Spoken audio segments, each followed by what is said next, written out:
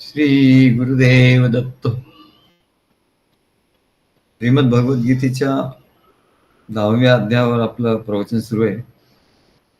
त्यातला हा 18वा श्लोक आहे आणि याचं पहिल्या पादावर निरूपण आपलं झालंय मागच्या वेळेला. आता याचा दुसरा जो पाद आहे त्याच्यावर आपण निरूपण बघूया. विस्तरेणात्मनो योगम विभूतिं च जनार्दन भूयः कथया तृप्तिर्हि शृण्वन्तो नास्ति मे मृतम्.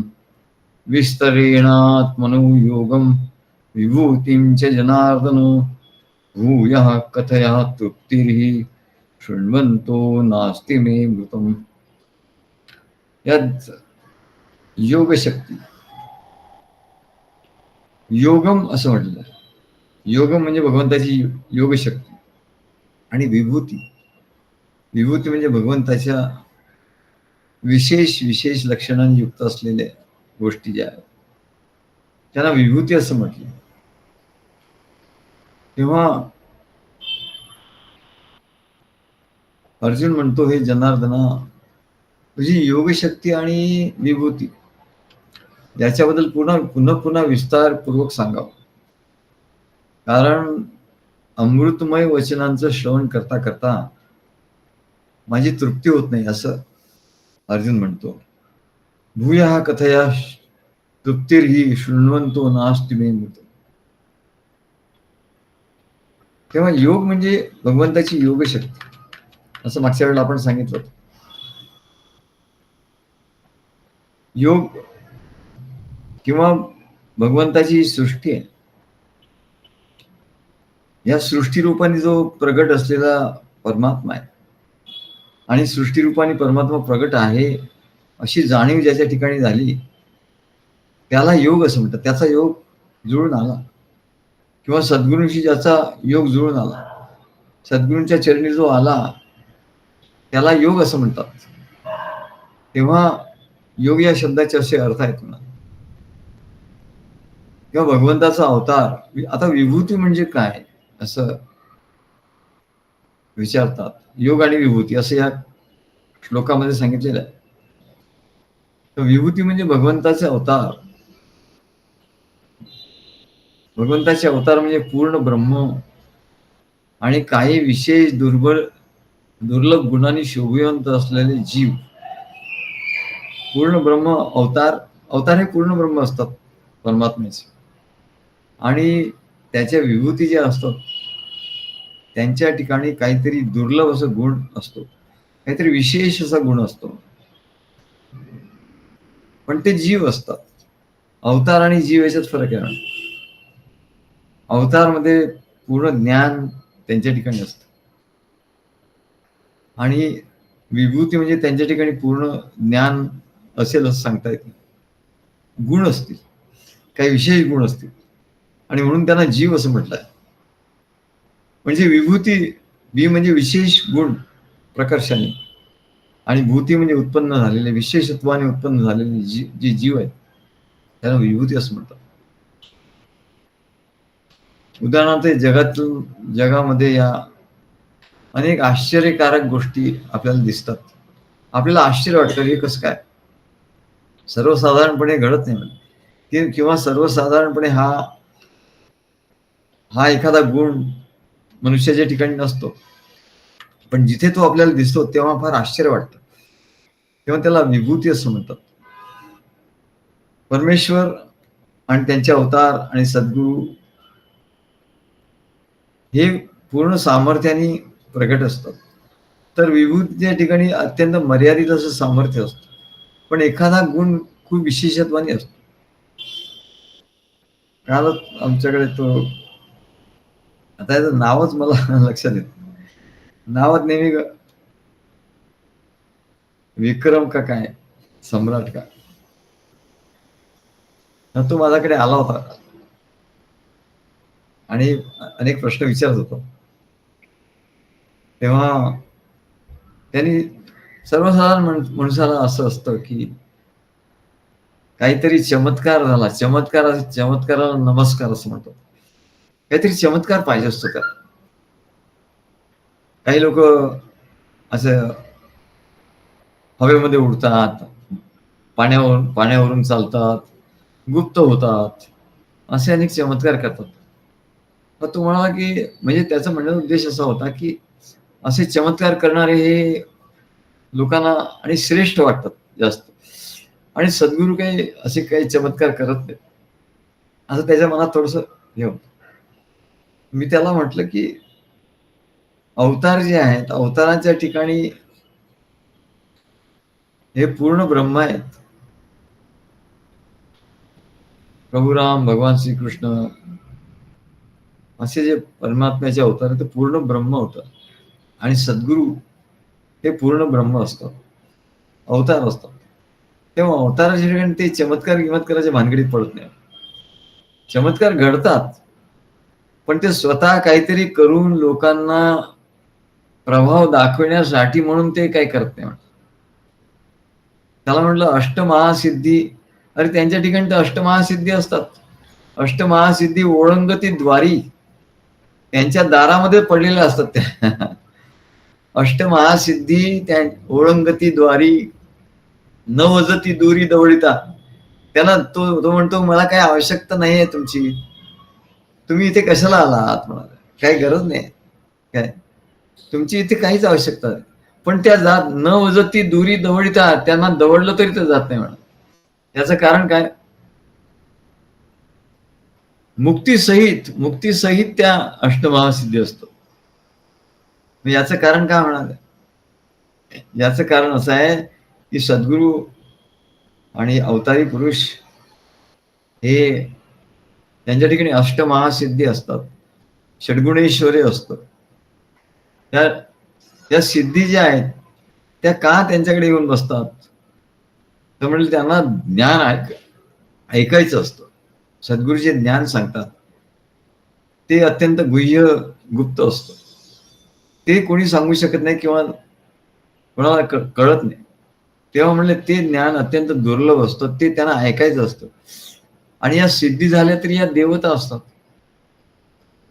निरनिराळ्या देवता या सिद्धीच्या रूपाने असतात. आणि त्या देवता झाल्या तरी त्या आता ह्या योनीमध्ये त्या देवता आहेत. पुढच्या योनीमध्ये त्या कुठल्या योनीत जातील 84 लक्ष काय सांगता येत नाही मला. त्या परत देवताच होतील असं नाही. त्या मनुष्य होतील, इतर योनीतही जातील. किंवा त्यांना मुक्ती नाही. त्यांना सुद्धा मुक्ती पाहिजे असते. या अष्टमहासिद्धी या सिद्धी असतात. त्यांनाही मुक्ती पाहिजे असते म्हणले. या देवतांना मुक्ती पाहिजे असते. पण त्यांना मुक्ती मिळत नाही. कारण मुक्ती कशाने मिळते? ज्ञानादेव तू कैवल्यम. फक्त ज्ञानानेच मुक्ती मिळते. बाकी सर्व देव, कोण देव काय देतो? देव म्हणजे देणारा. अमुक देवाच्याकडनं हे मागावं. सरस्वती, गणपती यांच्याकडनं विद्या मागावी. काय? श्रियम इच्छे हुताशनात. किंवा अनेक अशा देवता आहेत, प्रत्येकाकडनं काय काय मागावं असं त्यांच्या स्तोत्रात लिहिलेलं असतं, की हे स्तोत्र म्हटल्यानंतर ती देवता प्रसन्न होईल आणि तुम्हाला काय काय देणार. एवढंच त्यांचं काम असतं. पण त्या ज्ञान देऊ शकत नाही. ज्ञान त्यांच्याकडे नसतं. ते ज्ञान त्यांना विचारलं की तुम्ही ज्ञान द्याल का? नाही म्हणत. ज्ञान द्यायचं तर म्हणलं तुम्हाला सद्गुरूंच्याकडे तुम्ही जा. आम्ही काही ज्ञान देऊ शकत नाही. अनेक दैवते मानिती इतर जन. इतर लोक जे आहेत अनेक दैवतांना मानतात. तुझीच रूपे परिण मिळे ज्ञान. ती भगवंताचीच रूप आहेत. सगळ्या देवता या भगवंताचीच रूप आहेत. पण तिथे ज्ञान मिळत नाही म्हणा. सगळ्या देवता या भगवंताची रूप आहेत. तुझीच रूपे परिणमिळ ज्ञान. भगवंतानी रूप घेतलं. त्या देवतांच्या रूपाने भगवंतच प्रगट झाले. भगवान श्रीहरीच प्रगट झाले. त्या देवतांच्या रूपाने भगवान श्रीहरीच प्रगट झाले. परंतु त्या देवतांना त्यांनी अशी शक्ती दिली नाही की त्या देवता ज्ञान देऊ शकतील. देवता ज्ञान नाही देऊ शकत. एवढंच काय तर भगवान श्रीहरीला सुद्धा ज्ञान द्यायचं असेल तर इतर अवतारामध्ये ते ज्ञान देऊ शकत नाही. फक्त प्रभू राम भगवान श्रीकृष्ण अशा पूर्ण अवतारामध्येच ते ज्ञान देतात आणि ते फार क्वचित लोकांना देतात म्हणून. पण ते सांगतात की सद्गुरूंना शरण गेलं पाहिजे तरच ज्ञान मिळेल. तुझीच रूपे परीने मिळेल ज्ञान. म्हणून मी त्याला सांगितलं की अरे देवतांच्या कडे सिद्धी असतात आणि त्या सिद्धी दोन प्रकाराने प्राप्त होऊ शकतात. एक तर काही मंत्र असतात, त्या मंत्र सिद्ध केले, अनुष्ठान केलं त्याचं की त्या सिद्धी प्राप्त होतात. गुप्त होण्याची सिद्धी, पाण्यावर चालण्याची सिद्धी, काय जे वरदान दिलं ते खरं होण्याची शक्ती, वाचा सिद्धी, असे सगळे सिद्धी असतात. आणि त्या सिद्धी म्हणाले अनुष्ठान करून प्राप्त होत असतात. त्या देवतांचं आराधन केलं की त्याप्रमाणे त्या सिद्धी प्राप्त होतात. तेव्हा सिद्धी प्राप्त करायच्या आम्ही त्याला सांगितलं, तुला पाहिजे का सिद्धी? मी सांगतो म्हटलं. तसं तू अनुष्ठान कर. तुला कुठली सिद्धी पाहिजे त्याच्याप्रमाणे मी मंत्र देतो. आणि तसं तू अनुष्ठान कर. म्हणजे तुला लगेच सिद्धी मिळेल. सद्गुरूंच्याकडे सगळं मंत्र वगैरे असतात ना. तुला कुठली सिद्धी पाहिजे सांग. मी तुला तो मंत्र देईन आणि त्याप्रमाणे तुला सिद्धी मिळेल. आणि तू माझ्याकडे सिद्धी म्हणशील तर माझ्या दारात सिद्धी बसलेल्या आहेत. त्याला मी काही काम सांगत नाही म्हटलं. पण त्या माझं काम करत असतो. त्या बघतात आणि काम करतात. कारण काय त्यांना आनंद होतो. आनंद का होतो? तर त्यांना ज्ञान ऐकायला मिळतं. म्हणून त्या सिद्धी अष्टमा सिद्धी ओळंगतीद्वारी सद्गुरूंच्या द्वारी असतात. आणि अवतारांच्या ठिकाणी ते आहेत. पण म्हणले इतर लोकांना एखादी सिद्धी मिळते. एखाद्याला गुप्त व्हायची मिळेल तर त्याला वाचा सिद्धी नाही. एखाद्याला पाण्यावर चालायची सिद्धी मिळेल तर तो गुप्त होऊ शकत नाही. कारण एवढे अनुष्ठान करणार कुठचं तो. तेव्हा 12-12 वर्ष जेव्हा असे अनुष्ठान एक केलं जातं तेव्हा एखादी सिद्धी मिळते. तेव्हा म्हणाले या सिद्धीच्या भानगडीत सिद्धी लावी पिसे कोण त्याशी पुसे, काय राजहंसे नेले पयो. राजहंस पाणी पित नाही म्हणे, तो अमृत पितो, तो दूध पितो म्हणा. दूध आणि पाणी एकत्र केलं तर तो पाणी वेगळं आणि दूध वेगळं करतो आणि दूध पितो. तेव्हा जसा राजहंस दूध पितो, पाणी पितो, तसं सद्गुरू या सगळ्या सिद्धी वगैरे याची त्यांना आवश्यकता नसते. आणि त्यांना एखादं कार्य करायचं असेल त्यांच्या संकल्पाने त्यांच्या ठिकाणी संकल्प सिद्धी असते. त्यांनी असं ठरवलं की आता असं करायचं तर तसं होऊ शकतं, तसं ते होतं. पण त्यांच्या ठिकाणी काही इच्छाच नसते म्हणाल. आणि म्हणून ते संकल्प या ईश्वरी कार्याचा संकल्प करतात आणि भक्तांनी सांगतात की या ईश्वरी कार्याचा प्रसार व्हावा असे संकल्प करा. कारण असा संकल्प जर तुम्ही कराल तर तुम्हाला त्या व्यापक परमात्मा स्वरूपाची प्राप्ती होईल. सद्गुरूंचं कार्य व्यापक जसं जसं विस्तार होत जाईल, सद्गुरूंच्या कार्याचा जो विस्तार करतो त्याला परमेश्वराच्या व्यापक स्वरूपाचा अनुभव येतो. आणि जो नुसता ध्यान लावून बसतो किंवा स्वतःच काहीतरी अनुष्ठान करतो त्याला तेवढी गोष्ट प्राप्त होते. त्याला व्यापक परमेश्वराचं ज्ञान होत नाही, व्यापक परमेश्वराचा अनुभव येत नाही. तो आपल्या देहाच्या पुरताच मर्यादित राहतो. आणि जो सद्गुरू कार्याचा विस्तार करतो. म्हणून अर्जुन म्हणतो विस्ताराने तू सांग म्हणा. विस्तरेणात्मनो योगम, विस्ताराने सांग. काय पंढरीशी जाऊ, पंढरीला एवढे वारकरी जातात का हो? असे ज्ञानेश्वर महाराज त्यांनी असं लावून दिलं की अनेक वारकरी तिथे येतात. याचं कारण काय? तर व्यापक, तो परमेश्वर व्यापक आहे. त्याचं जेव्हा या कार्याचा विस्तार झाला, नाही तर ज्ञानेश्वर महाराजांना काय समाधी लावून बसले असते ते. आणि नंतर ते समाधी जाऊन बसले. जेव्हा त्यांना लक्षात आलं की आता भरपूर वारकरी लोक काय विस्तार झाला या कार्याचा, तेव्हा ते समाधीमध्ये जाऊन बसले. आधी त्यांनी समाधी नाही, आधी ते कार्य करत राहिले. कारण काय व्यापकतेचा अनुभव येतोच. व्यापक कार्य जेव्हा जसं जसं कार्य व्यापक होत जातं, अनेक लोक जोडले जातात आणि आणि संकल्प शक्ती वाढत जाते. आम्ही लोकांना सांगितलं असं असं करा, भक्तांना सांगितलं अरे असा संकल्प करा बरं. मग सगळ्यांनी तसा संकल्प केला की सगळ्यांची मिळून ती संकल्प शक्ती वाढते. एकट्याची संकल्प शक्ती नाही होत. काय तेव्हा अनेक लोक जेव्हा एकत्र येतात तेव्हा परमेश्वराचं व्यापकतेचा अनुभव हा कार्यामध्येच येतो. कारण कार्य व्यापक होत जातं. तेव्हा तो बोलला की म्हटलं तुला असं म्हणायचं आहे का की असे काय तुम्ही चमत्कार आणि तसे चमत्कार घडतात. तसे चमत्कार भक्ताला त्याला अनुभवायला येतात. आता किरणमुळे आमच्याबरोबर ते यायचे.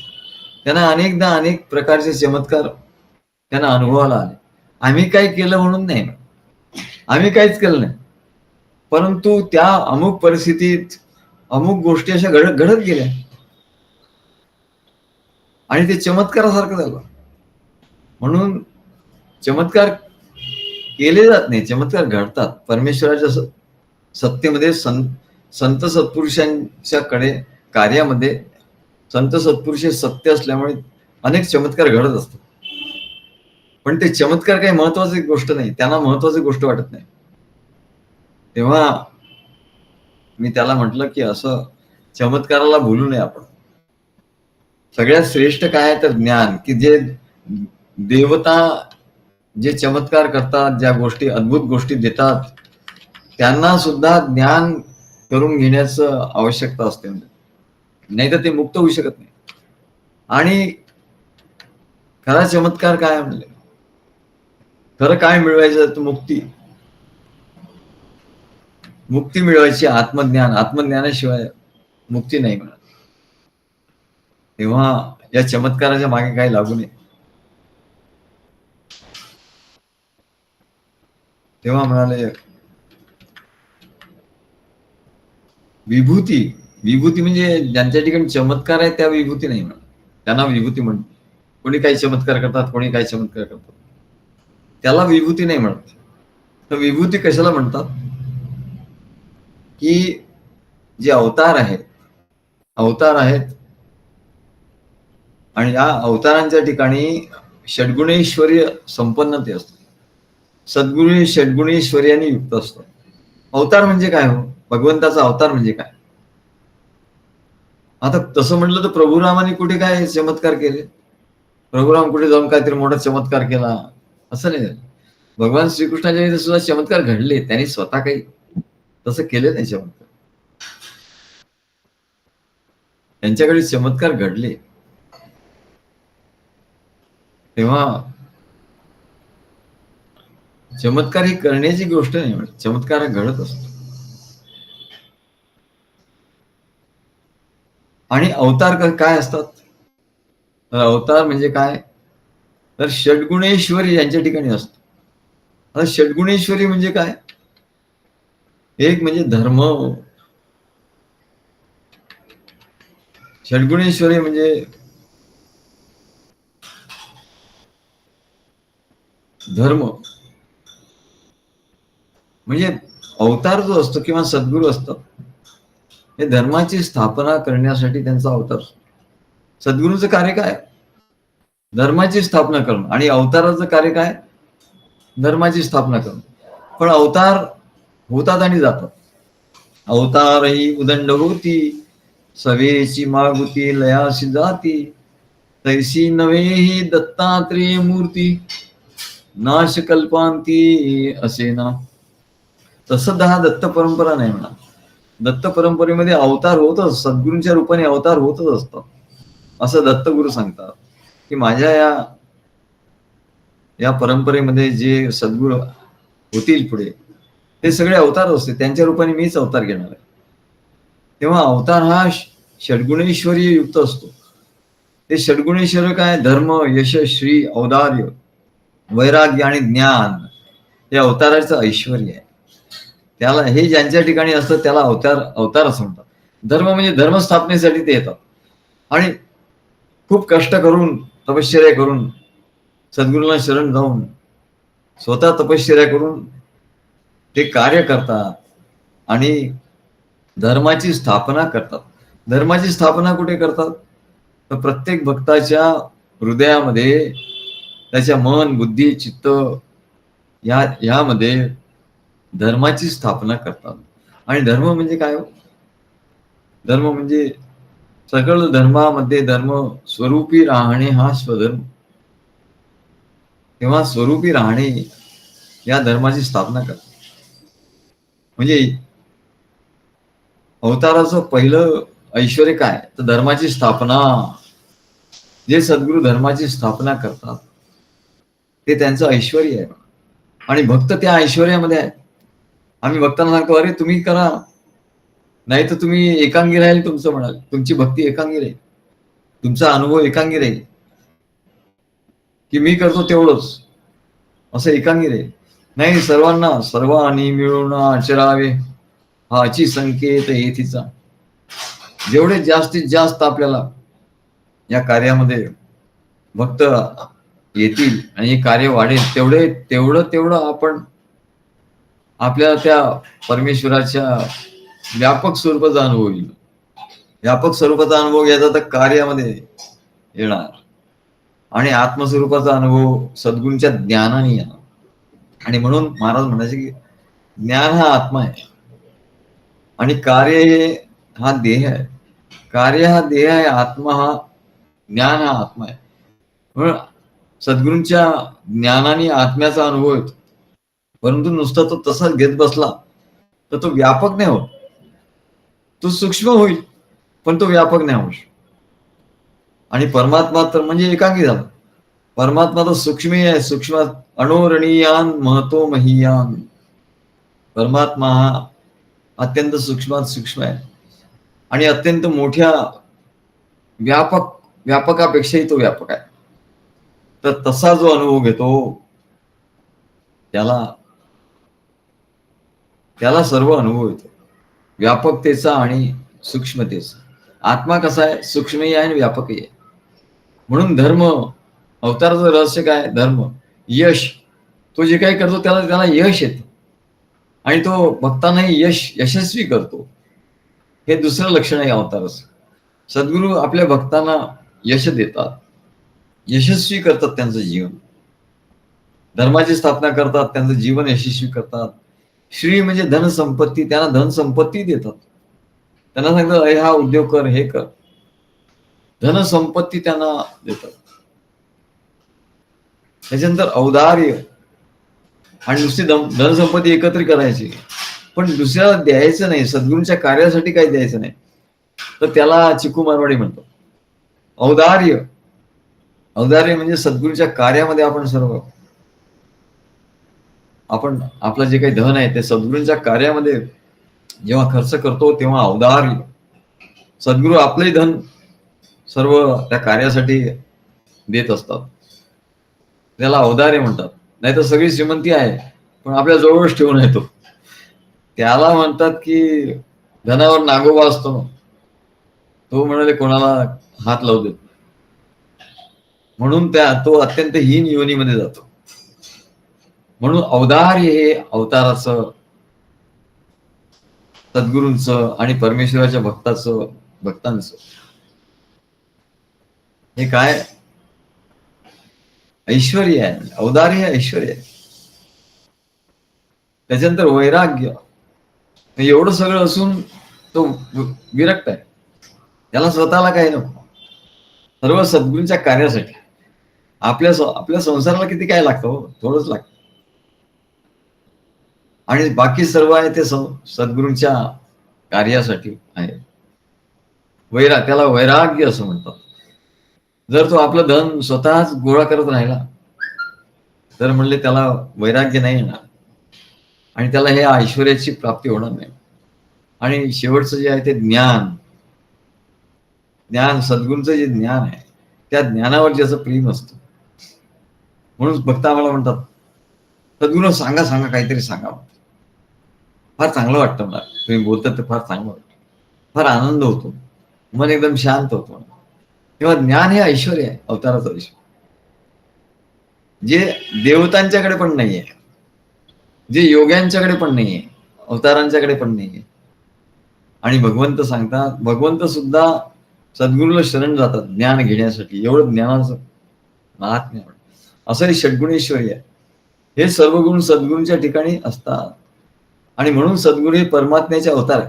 परमात्म्याचे अवतार काय आहे? सद्गुरू हे परमात्म्याचे अवतार काय? कारण ज्याच्या ठिकाणी सद्गुरू षड्गुणेश्वरी आहे त्याला अवतार असं म्हणतात. आणि सद्गुरूंच्या ठिकाणी ते षड्गुणेश्वरी आहे. म्हणून सद्गुरूंच्या ठिकाणी असा भाव जो ठेवतो, सद्गुरूंच्या ठिकाणी असा भाव ठेवतो, हे परमात्म्याचे अवतार आहेत. आणि त्यांचं निरंतर चिंतन असं जो करतो त्यालाच योग असं म्हणतात. तोच खरा योगी आहे म्हणा. सद्गुरू हे परमात्म्याचे अवतार आहे, कारण षड्गुणेश्वर त्यांच्या ठिकाणी असा निरंतर भाव ठेवून निरंतर जो चिंतन करतो त्याला योगी असं म्हणतात.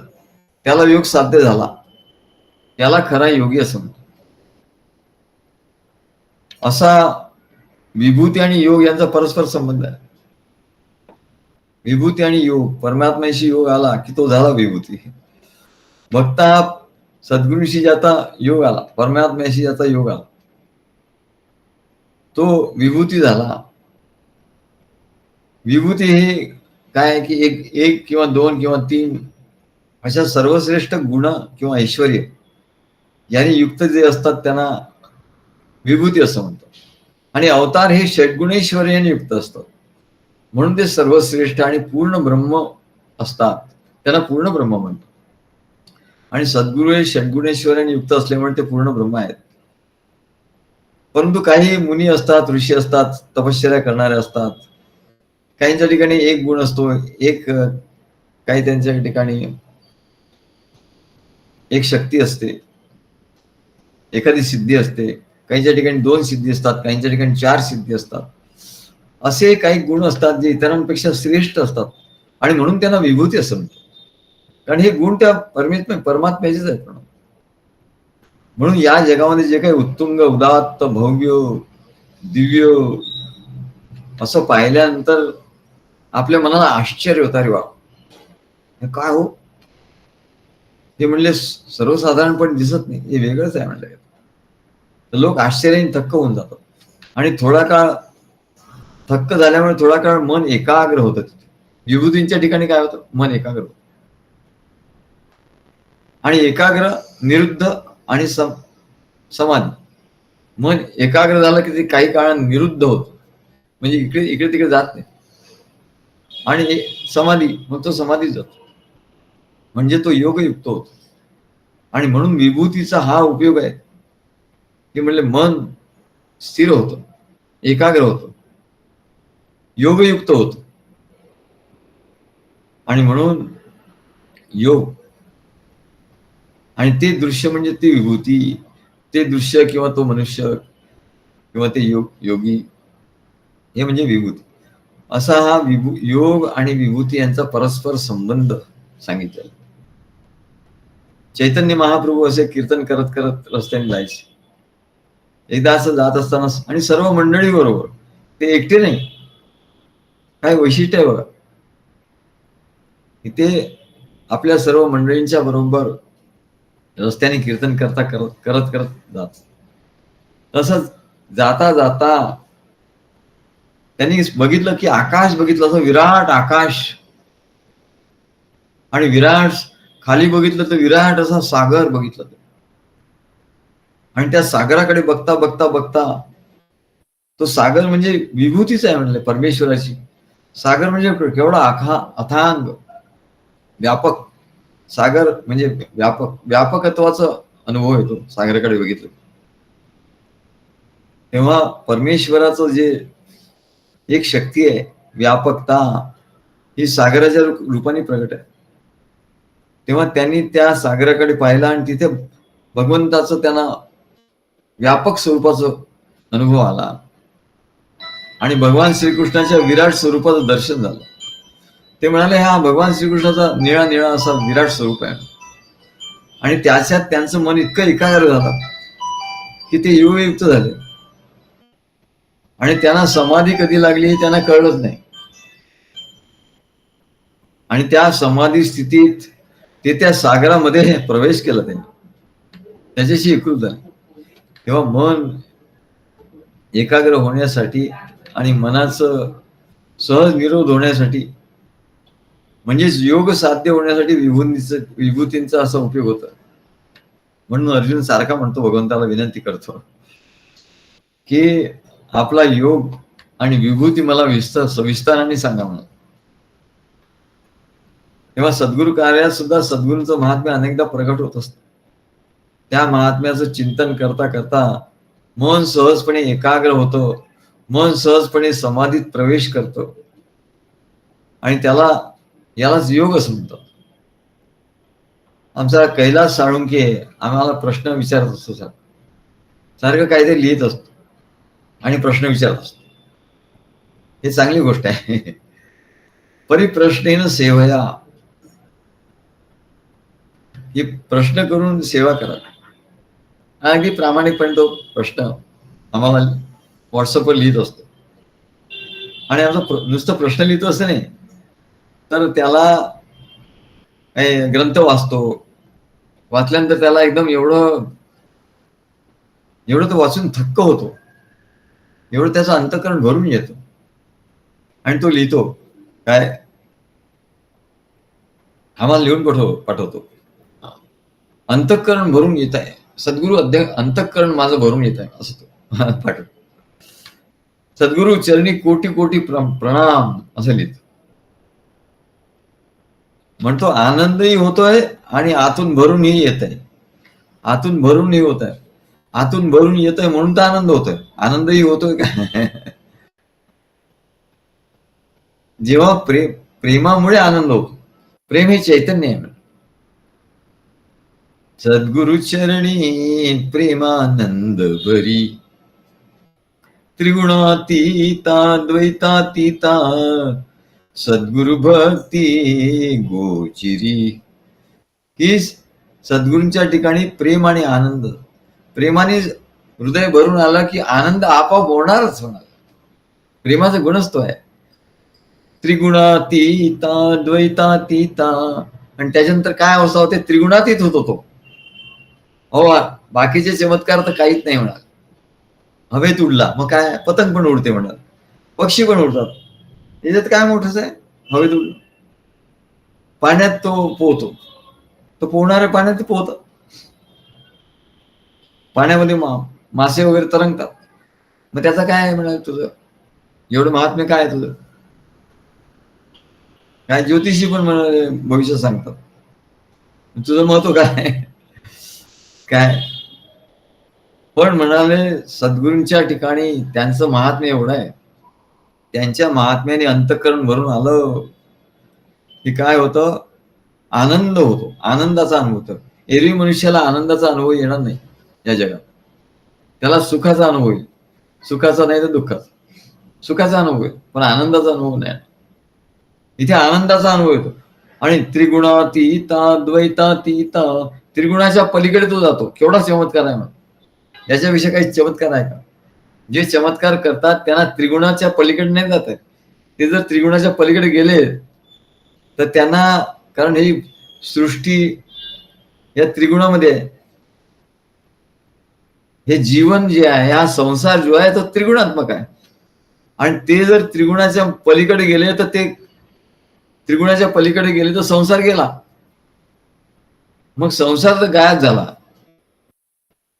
तर मग ते चमत्कार काय करणार म्हणाले. म्हणून त्याला आम्ही म्हटलं अरे चमत्कार म्हणजे काय, हे जगच म्हणाले किंवा संसारच खोटा आहे. शेवटी ज्ञान काय, हा संसारच खोटा आहे. ज्ञानाने संसार खोटा आहे असा अनुभव होतो. मग हा संसारच खोटा आहे तर त्यातले चमत्कार कसले खरे? चमत्कारही खोटे म्हणून. संसार खोटा तर त्यातले चमत्कारही खोटे आणि ते चमत्कार करणारेही खोटे. अरे बाबा म्हणले तो, त्याला एवढा आनंद झाला.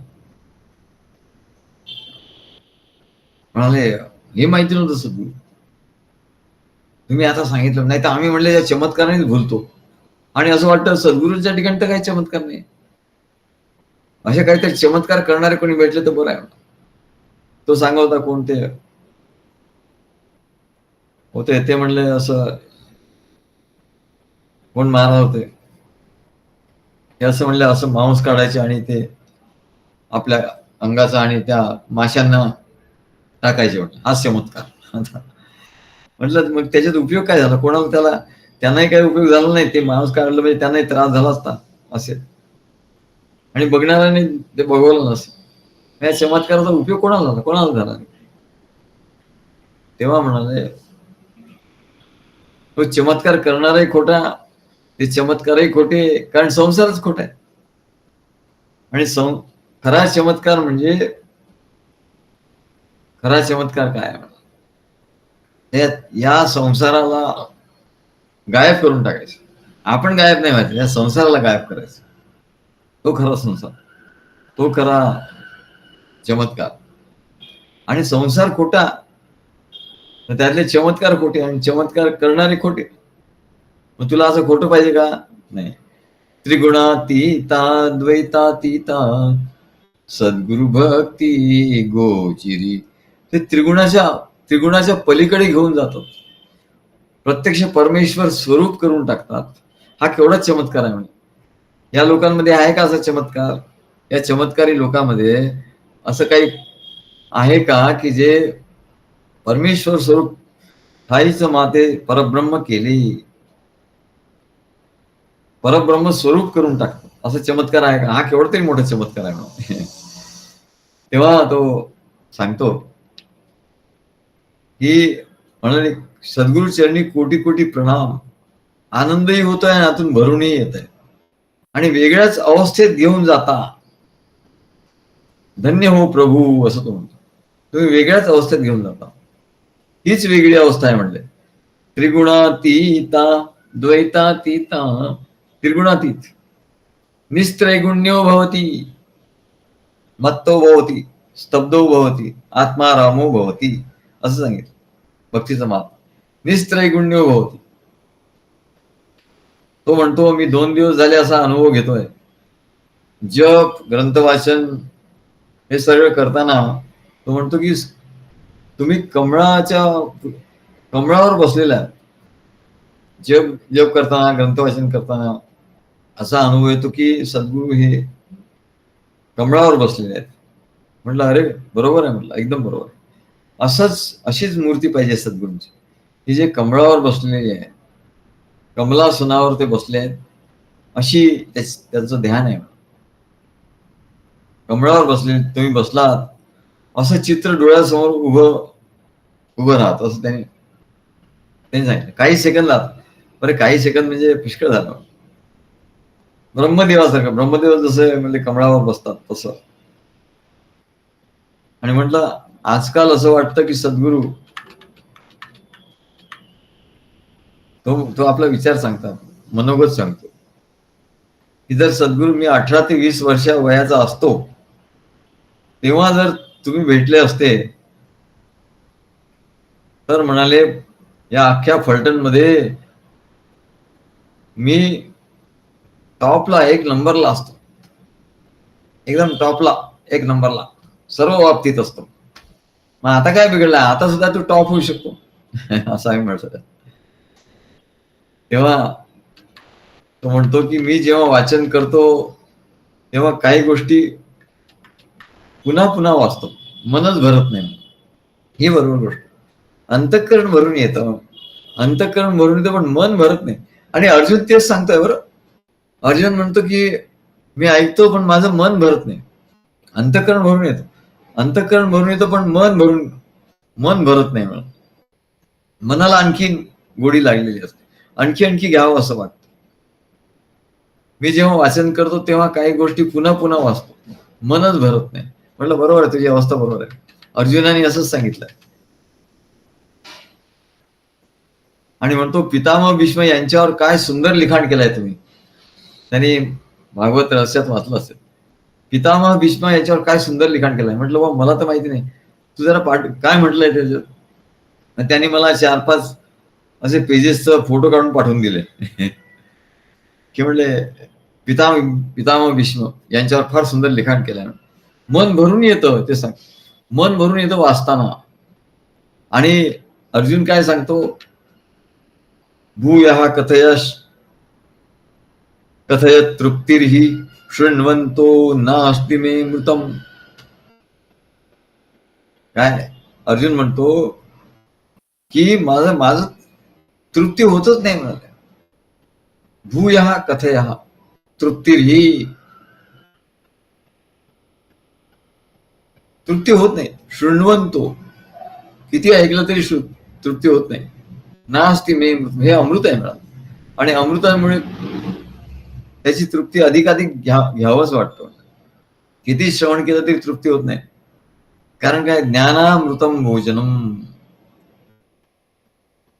आत्म्याला स्वतःला जाणणं, याला ज्ञान. ज्ञान म्हणजे काय? आत्मा स्वतःला जेव्हा जाणतो तेव्हा त्याला ज्ञान म्हणतो. पुस्तक वाचतो ते ज्ञान नाहीये. ज्ञान म्हणजे काय की आत्मा स्वतःला जाणतो त्याला ज्ञान म्हणतो. आत्म्याला स्वतःला जाणण्याची जी कला आहे म्हणजे चित्कला. हे काही कुठल्या पुस्तकात सापडणार नाही. म्हणजे सद्गुरूंचं ज्ञान आहे, हे अनुभवाचं ज्ञान आहे.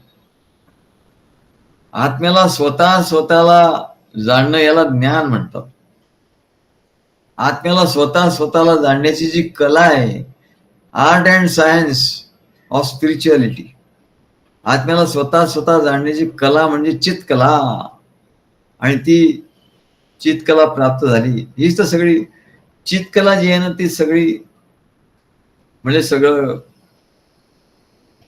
चमत्कार घडून. चमत्कार कसे घडतात? चित्कलेमुळे चमत्कार घडतात, चैतन्यामुळे चमत्कार घडतात. आणि ती चित्कला प्राप्त झाली की त्यातून जी समज निर्माण होते, चित्कला प्राप्त झाली की त्यातून जी समज निर्माण होते, त्याला ज्ञान असं म्हणतात. आणि या कलेमुळे आणि ज्ञानामुळे त्या आत्मस्वरूपाला परमसुखाचा अनुभव येतो. या कलेमुळे आणि ज्ञानामुळे, जाणल्यामुळे त्या आत्म्याला परमसुखाचा जो अनुभव येतो त्याला आनंद असं म्हणतात. त्याला आनंद म्हणतो, त्याला सच्चित आनंद असं म्हणतो. आणि म्हणून हे परमसुख किती घेतलं तरी तृप्ती होणार नाही म्हणाली. लाचावले मन लागली से गोडी, ते जीवेन सोडी ऐसे झाले. आमचे संजीव चव्हाण म्हणतात, आणि ते रवींद्र भोसले ते सुद्धा, ते म्हणतात की सद्गुरू सांगा काहीतरी, तुम्ही आम्हाला काहीतरी सांगा. आणि म्हणजे श्रवण करण्यासाठी एकदम आतुरलेले असतात, आसुसलेले असतात. ते लगेच विचारतात, सद्गुरू आपण कुठे बाहेर जाऊया, तेवढा सहवास होईल, संवाद होईल. तेव्हा म्हणाले, असं ज्ञान शिष्याला सांगितल्यावर त्यालाही ते ज्ञान कळतं आणि त्यालाही त्या आनंदाचा अनुभव यायला लागतो. त्यालाही आनंदाचा अनुभव येतो. त्याने आतापर्यंत सुखाचा अनुभव घेतलाय, पण आनंदाचा अनुभव नाही घेतला. त्या आनंदापुढे जगातलं इतर सांसारिक सुख त्याला तुच्छ वाटतं, त्याला वैराग्य असं म्हणतो. जे सांगितलं षड्गुणेश्वरी, त्याच्याला वैराग्य म्हणजे काय, की असं त्याला या ज्ञानाच्या पुढे, सद्गुरूंच्या पुढे, सद्गुरूंच्या सहवासात त्याला एवढं सुख होतं की त्याला संसारातली इतर सुख तुच्छ वाटायला लागतं. आणि मन त्या सुखाकडे आकर्षित होतच नाही म्हणाले. मनाला तिथे नेलं तरी ते जात नाही, राहत नाही, तिथे टिकत नाही. तेव्हा याला वैराग्य असं म्हणतो.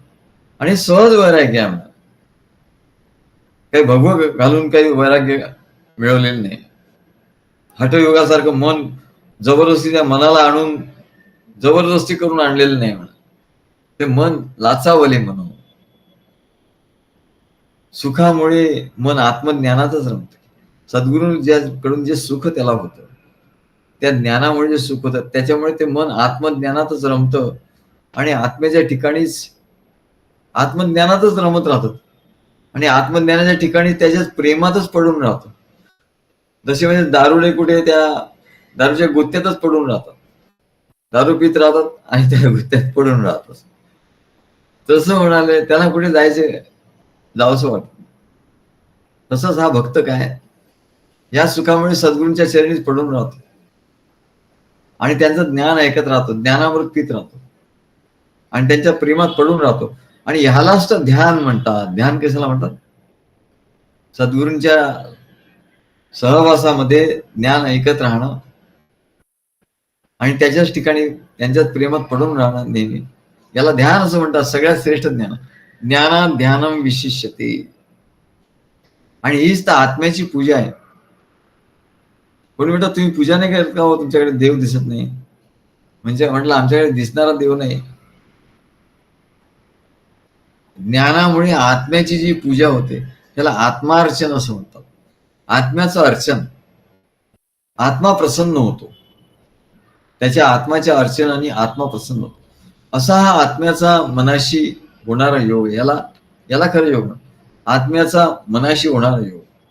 आत्म्याचा मनाशी होणारा योग. तदा आत्मा मनशी संपरिष्वक्तः न किंचित अंतर न वेदत न किंचित बाह्य न वेदत. याज्ञवल्क्य ऋषी आपल्या पत्नीला ज्ञान सांगतात. काय ज्ञान सांगतात पत्नीला? आणि ती पत्नी सुद्धा त्या ज्ञानात, त्यांना 2 पत्न्या होत्या. त्याच्यापैकी एका पत्नीला धन पाहिजे होतं आणि दुसरी पत्नी होती, तिला याज्ञवल्क्य ऋषीचं ज्ञान पाहिजे. म्हणून त्या एका पत्नीला त्यांनी खूप सगळं, त्यांच्याकडे धन खूप होतं, ते धन सगळं देऊन टाकलं. ते कुठल्या राजाकडे गेले, राजा त्यांना बोलवायचे आणि त्यांनी यज्ञ केला, राजेला बोलवायचे आणि ज्ञान, आत्मज्ञान सगळं सांगितलं ते. आणि मग दक्षिणा म्हणून राजे लोक त्यांना 1000 गाई द्यायचे, 1000 गाई. आणि ते सुद्धा कशा? तर त्यांच्या शिंगावर सोनं मढवलेलं आहे अशा, असे कथा आहे उपनिषदात, की राजे लोक याज्ञवल्क्य ऋषींना हजारो गाई द्यायचे आणि सोन्यानी मढवलेली शिंग असे असलेल्या 1000 गाई द्यायचे. एवढं धन संपत्ती याज्ञवल्क्य यांच्याकडे होती ना. आणि एका पत्नीची नजर फक्त त्या धनावर होती, तर तिला धन देऊन टाकलं. आणि दुसरी पत्नी होती, ती म्हणाली मला तुमचं ज्ञान सांगा बस. त्या ज्ञानावर आणि याज्ञवल्क्यावर तिचं प्रेम होतं. याज्ञवल्क्य ऋषी तिला सांगतात की आत्मज्ञान म्हणजे काय, आत्म्याची प्राप्ती कशी होते, सगळ्यात श्रेष्ठ ध्यान म्हणजे काय आणि सगळ्यात श्रेष्ठ समाधी म्हणजे काय. यथा प्रिया भार्यायाः संपरिष्वक्तः न किंचित अंतर न वेदत न किंचित बाह्य न वेदत. जसं म्हणजे प्रिय असलेले भार्येला, पत्नीला आलिंगन दिल्यानंतर दोघांनाही आत काय चाललंय बाहेर काय चाललंय याचं कशाचं भानच राहत नाही. न किंचित अंतर न अवेदत. अवेदत म्हणजे त्याचं अनुभव, आतही काही अनुभव नाही, बाहेरही काही अनुभव नाही. आणि एक मन त्या ठिकाणी, त्या प्रेमामध्ये, त्या सुखामध्ये विलीन होऊन जातं. यथा प्रिया भार्याया म्हणून हे उदाहरण दिलं ते. न किंचित अंतर न वेदत न किंचित बाह्य न वेदत. अंतर बाह्य सगळा देहभान हरपून जातात. तसंच म्हणाले, तसाच हा अनुभव आहे. तथा म्हणजे तसंच आत्मा मनसी संपरिष्वक्तः. आत्मा जेव्हा मन जेव्हा आत्म्याशी त्याचा योग होतो, एकरूप होतात ते संपरिष्वक्ता, सर्व बाजूने ते मन त्या आत्म्याला आलिंगन देतं. न किंचित अंतर न वेदत न किंचित बाह्य न वेदत. तेव्हा अंतर्बाह्य काय चाललंय त्याला काही कळत नाही ना. आणि यालाच योग असं म्हणतात. तेव्हा योग आणि विभूती याचे अशी सांगड आहे ना. आणि म्हणून भगवान सांगतात, अर्जुन म्हणतो की मला सांगा विस्तरेणात्मनो योगम. विस्तार करून सांगा. आत्मनो योगम, योग म्हणजे काय आता आपण सांगितलं. आता आत्मा मनसी संपरिष्वक्ता न किंचित अंतर न वेदत. न किंचित बाह्य नव्हे. तेव्हा अशा आत्मज्ञान झालं की आत्म्याच्या ठिकाणी मन असं सर्व बाजूनी आलिंगन देऊन बसतं, पडून राहतं. काय की आत काय चाललंय त्याला माहिती नाही, बाहेर काय चाललंय माहिती नाही, काहीच त्याला भान राहत नाही.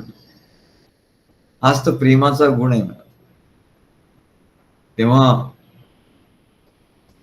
अर्जुन म्हणतो विस्तरेणात्मनो योगम, योग सांग. योग आपण सांगितलं, योग म्हणजे काय? योगम विभूतींच्या जनार्दन, आणि तुझ्या विभूती, विभूती म्हणजे काय? तर सद्गुरू म्हणजे त्यांच्या ठिकाणी षडगुणेश्वर आहे, अवतारांच्या ठिकाणी षडगुणेश्वर असते. पण काही काही लोकांच्या ठिकाणी, एकाच्या ठिकाणी हा गुण आहे म्हणून लोक सांगतात ते असं करतात, ते त्यांचं भविष्य सांगतात, ते अमुक करतात. अरे त्यांच्याकडे एक एक कला आहे म्हणा, त्यांच्याकडे एक एक गुण आहे, षडगुणेश्वरी नाहीये. योगम विभूतीं च जनार्दन भूयः कथयश, भूयः कथयस तृप्तिर्हि शृण्वन्तो नास्ति मे मृतम. की किती ऐकलं तरी म्हणाले माझी तृप्ती होत नाही, असं तो भगवंताला विनंती करतो अर्जुन. तेव्हा हा श्लोक आता इथे पूर्ण झाला. श्री गुरुदेव दत्त.